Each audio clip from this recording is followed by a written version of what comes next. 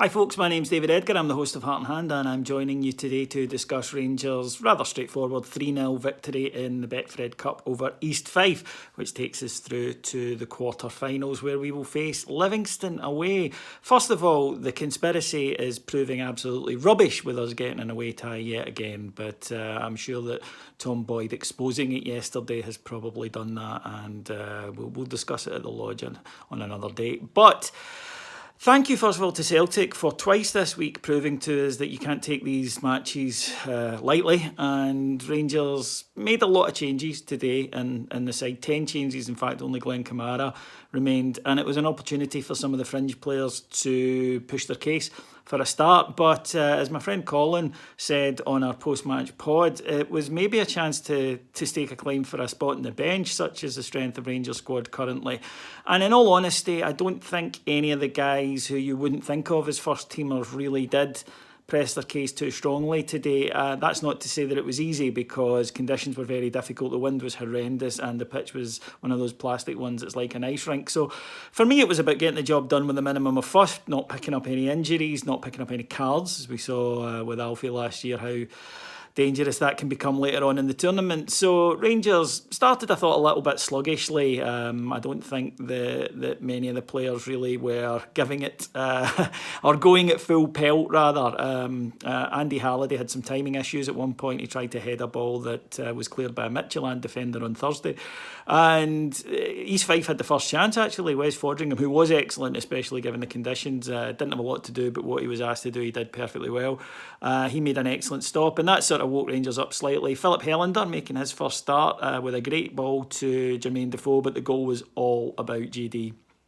He takes it, spins away from the defender with his first touch, knocks it into his path with his second, and then clinically fires it away with his third to give Rangers the lead and calm everybody down.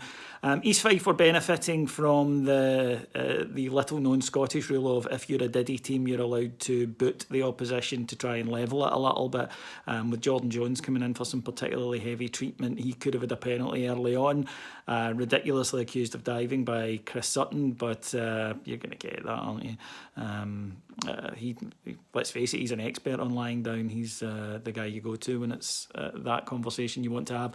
So Rangers went in at half time, and I think the manager told them, go out there and get this done very quickly in the second half, because there was an improvement. Joe Aribo came to the fore in particular. Wee bit surprised to see Joe Aribo playing, but he was excellent. He's got such lovely feet, and he was much more involved. Rangers did get the goal via a set piece, though. Long ball to the back post. Jordan Jones got on the end of it, headed it back across, and Philip Helander went for it, but it came off the defender to go in for 2-0. That was pretty much it. Rangers would then get a third with a few minutes to go, or about 10 minutes to go. Ball into the box, the keeper punched away. Rangers reacted quicker to the second ball. Nice skill by Joe Aribo, and he toe poked it home for 3, which I think was a fair assessment. I don't think East Fife deserved a cuffing by several goals, but Rangers obviously were streets ahead of them. And like I say, that's what you're after in a game like this. Helander did well. Didn't have a lot to do, obviously, but what he had to do, he did very well.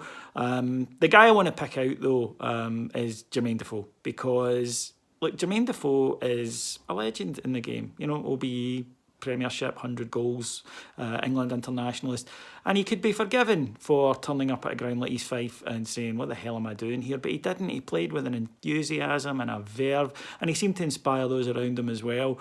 He's such a good pro, and I'm delighted we've got him, and that's him on to 6 for the season. Alfie's already got 9. We've got 2 excellent strikers with some real firepower, but I do think Jermaine Defoe is a guy that the youngsters at Rangers should be looking at and trying to learn from, because he's a model pro. He really is. All-round good egg, I think.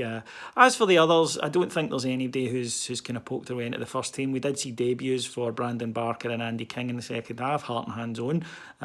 Jake Kieran Hasty, as he's known to us. If you're a subscriber, you'll know why. He got on as well, which was good to see, because we sponsor him, so that's always good to see from Heart and Hand's point of view. But overall, it was just about getting the win, getting out of there, and we've got Livingston away to look forward to. So all good. Let's move on to a big week for the Jers. Leisure on Thursday and St Mirren at the weekend. I'm looking forward to both, and I'll talk to you again after both. Until then, you have a great week. Bye-bye.